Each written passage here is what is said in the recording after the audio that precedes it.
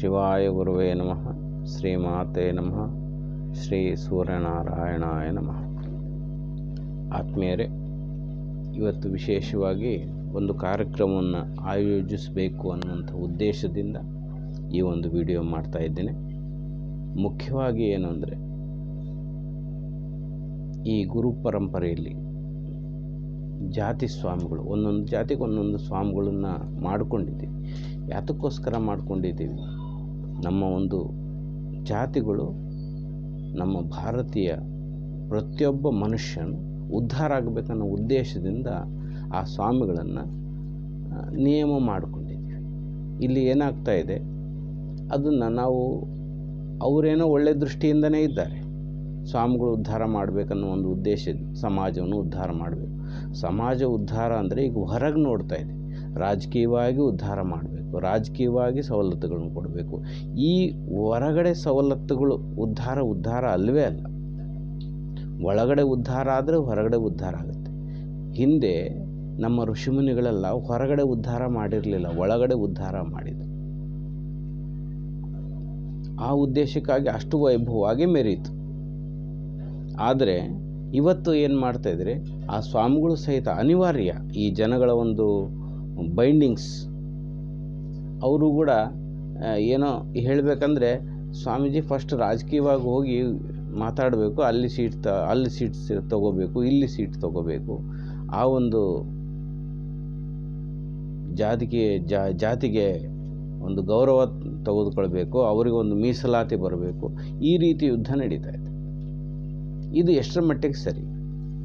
Actually ಇದು ನಿಜವಾದ್ದು ಅಲ್ಲವೇ ಅಲ್ಲ.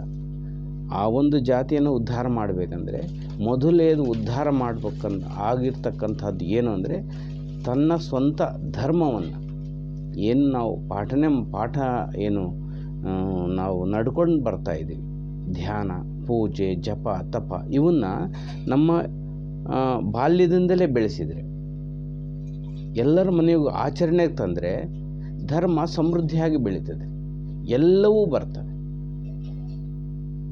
ಆದರೆ ಆ ಸ್ವಾಮಿಗಳು ಮಾಡಲಿಕ್ಕೆ ರೆಡಿ ಇದ್ದರೂ ಜನಗಳು ರಾಜಕೀಯಕ್ಕೆ ಕರ್ಕೊಂಡು ಹೋಗುವಂಥ ಒಂದು ಪರಿಸ್ಥಿತಿ, ಈ ಗೊಂದಲಮಯ ಪರಿಸ್ಥಿತಿ ನಿರ್ಮಾಣ ಆಗಿದೆ.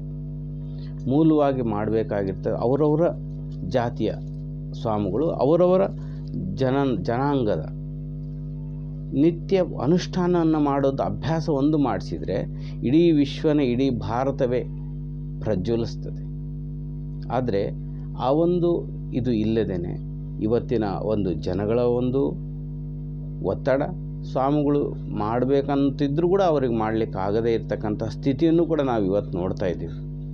ಕೆಲವೊಂದು ಸಲ ಅವರವ್ರ ವಂಶಗಳಿಗೆ ಅವ್ರವ್ರ ಕಡೆಗೇ ಕೆಲಸ ಮಾಡ್ತಾರೆ ಅಂತ ಒಂದು ಕಡೆಗೆ ಆಲೋಚನೆ ಬರ್ತದೆ, ಇನ್ನೊಂದು ಕಡೆಗೆ ಅವ್ರನ್ನ ಈ ಸಂಬಂಧಿಕರೇ ಅವ್ರನ್ನ ಹಿಂಬಾಲಿಸಿ ಅವರಿಂದ ಲಾಭ ಪಡ್ಕೊಳ್ಬೇಕು ಅನ್ನೋ ಒಂದು ಹಿತಾಸಕ್ತಿ, ಕೆಲವೊಂದು ವಿಚಿತ್ರ ನಡೀತದೆ ಘಟನೆಗಳು. ಅದು ಮುಖ್ಯ ಉದ್ದೇಶ ಏನು ಅಂದರೆ, ನನ್ನ ಉದ್ದೇಶ ಎಲ್ಲ ಸ್ವಾಮೀಜಿಗಳು ಒಂದು ಪ್ರತಿಯೊಬ್ಬರ ಕುಲದಲ್ಲಿ ಅನುಷ್ಠಾನವನ್ನು ಹೇಳಿಕೊಟ್ರೆ ಬಹಳ ಒಳ್ಳೆಯದು ಅಂತ ಒಂದು ನನ್ನ ಅನಿಸಿಕೆ. ಅದಕ್ಕೋಸ್ಕರವಾಗಿ ಅವ್ರೇನು ಮಾಡ್ತಾರೋ ಏನು ಬಿಡ್ತಾರೋ ಅದು ನಮಗೆ ಗೊತ್ತಿಲ್ಲ, ನಾವೊಂದು ಪ್ರಾರಂಭ ಮಾಡೋಣ ಅಂತ. ಇದಕ್ಕೆ ಯಾವ ಜಾತಿಯವರು ಯಾವ ಕುಲದವರು ಅನ್ನುವಂಥದ್ದು ಯಾವುದು ಭೇದ ಭಾವ ಇಲ್ಲ. ಸರ್ವ ಜಾತಿಯವರು, ಸರ್ವರಿಗೂ, ಸರ್ವಧರ್ಮದವರಿಗೂ ಅವಕಾಶ ಇದೆ. ಇಲ್ಲಿ ಏನಂದರೆ, ನಾವು 1 ವರ್ಷ ಕಾಲ ಆದಿತ್ಯ ಹೃದಯವನ್ನು ಸತತವಾಗಿ ಬೆಳಗ್ಗೆ 6:30ಯಿಂದ 7 ಗಂಟೆವರೆಗೂ 3/4 ಗಂಟೆ ಆದಿತ್ಯ ಹೃದಯ ಸ್ತೋತ್ರ ಪಾರಾಯಣ, ಸಮಯ ಅವಕಾಶ ನೋಡಿಕೊಂಡು ಧ್ಯಾನ, ಇದು ಒಂದು ಹೇಳ್ಕೊಡೋದು ಹೇಳೋದು ಪ್ರತಿನಿತ್ಯ ಹಿಂಗೆ 1 ವರ್ಷ ನಡೀತದೆ. ಇದು ಕಂಟಿನ್ಯೂ ನಡಿಬೇಕಂತ ನಂದು ಉದ್ದೇಶ. 1 ವರ್ಷ ಯಾರು ಈ ಒಂದು ಆದಿತ್ಯ ಹೃದಯವನ್ನು ಪಠನೆ ಮಾಡ್ತಾರೋ ಅವ್ರಿಗೆ ಏನೆಲ್ಲ ಬೇಕು ಎಲ್ಲವೂ ಸಿಗ್ತದೆ. ನೀವು ಹೊರಗಡೆ ಹುಡುಕಾದ್ಬೇಕಲ್ಲಿ, ಒಳಗೆ ಹುಡುಕಿದರೆ ಎಲ್ಲವೂ ಸಿಗ್ತದೆ. ಅದು ಸ್ತೋತ್ರ ಏನು ಹೇಳ್ತಾ ಇದೆ, ಇದು ರಾಮನ ಸಂಕಷ್ಟ ಕಾಲದಲ್ಲಿದ್ದು ರಾವಣನ ಜಯಿಸಲು ಆಗದೇ ಇರತಕ್ಕಂಥ ಸಂದರ್ಭದಲ್ಲಿ ಅಗಸ್ತ್ಯರು ಬಂದು ಅವರು ಬೋಧನೆ ಮಾಡ್ತಾರೆ. ಇದು ಎಂಥದ್ದು ಆದಿತ್ಯ ಹೃದಯ ಶಕ್ತಿ ಏನು ಅಂತ ಅವರು ಮಾತಿನಲ್ಲಿ ನೋಡೋದಾದರೆ, ಹೇ ರಾಮ ಮಹಾಬೋಹೋ ಶೃಣಿ ಗುಹ್ಯಂ, ಇದು ಗುಹ್ಯಂ ಆಗಿರ್ತಕ್ಕಂಥದ್ದು, ರಹಸ್ಯವಾಗಿರ್ತಕ್ಕಂಥ ಸನಾತನ, ಈಗಿಂದಲ್ಲ ಅನಂತ ಯಾವಾಗಲೂ ಇರ್ತಕ್ಕಂಥದ್ದು. ಇದು ಏನಾಗುತ್ತೆ, ಸಮರೇ ವಿಜಯಸ್ಯಸಿ ಅಂದರೆ ಯುದ್ಧದಿಂದ ನೀನು ಪಾರಾಗ್ತೆ. ಇವತ್ತು ಯುದ್ಧ ಎಲ್ಲಿ ನಡೀತಾ ಇದೆ, ಯುದ್ಧ ಪ್ರಪಂಚದಲ್ಲಿ ನಡೀತಾ, ಅದು ಕೂಡ ಅದು ಶಾಂತ ಆಗ್ತದೆ. ಪ್ರತಿನಿತ್ಯ ಯುದ್ಧ ಇದೆ ಜೀವನದಲ್ಲಿ, ಪ್ರತಿನಿತ್ಯ ಏರುಪೇರುಗಳಿದ್ದಾವೆ. ಅವನ್ನೆಲ್ಲವನ್ನು ಕೂಡ ನಾವಿಲ್ಲಿ ದಾಟಬಹುದು. ಆದಿತ್ಯ ಹೃದಯಂ ಪುಣ್ಯಂ ಸರ್ವಶತ್ರು ವಿನಾಶನ. ಸರ್ವಶತ್ರುಗಳು ಅನಂತ, ಆಂತರಿಕ ಶತ್ರುಗಳಿದ್ದಾರೆ, ಬಾಹ್ಯ ಶತ್ರುಗಳು, ಇವೆಲ್ಲವೂ ಕೂಡ ನಾಶ ಆಗ್ತವೆ ಈ ಆದಿತ್ಯ ಹೃದಯ ಸ್ತೋತ್ರ ಮಾಡೋದ್ರಿಂದ. ಜಯಾವಹಂ ಜಪೇ ನಿತ್ಯಂ ಅಕ್ಷಯಂ ಪರಮಂ ಶಿವಂ. ಇದನ್ನು ಯಾರು ಪ್ರತಿನಿತ್ಯ ಜಪ ಮಾಡ್ತಾರೋ ಅಕ್ಷಯ ಆಗತ್ತೆ. ಶಿವಂ ಅಂದರೆ ಶುಭಗಳೇ ಉಂಟಾಗ್ತಾ ಹೋಗ್ತವೆ. ಸರ್ವ ಪಾಪಗಳು ಪ್ರಶಮನ ಆಗ್ತವೆ, ಎಲ್ಲವೂ ಕ್ಲಿಯರ್ ಆಗ್ತವೆ. ಚಿಂತಾ ಶೋಕ ಪ್ರಶಮನಂ ಆಯುರ್ವರ್ಧನ ಉತ್ತಮ.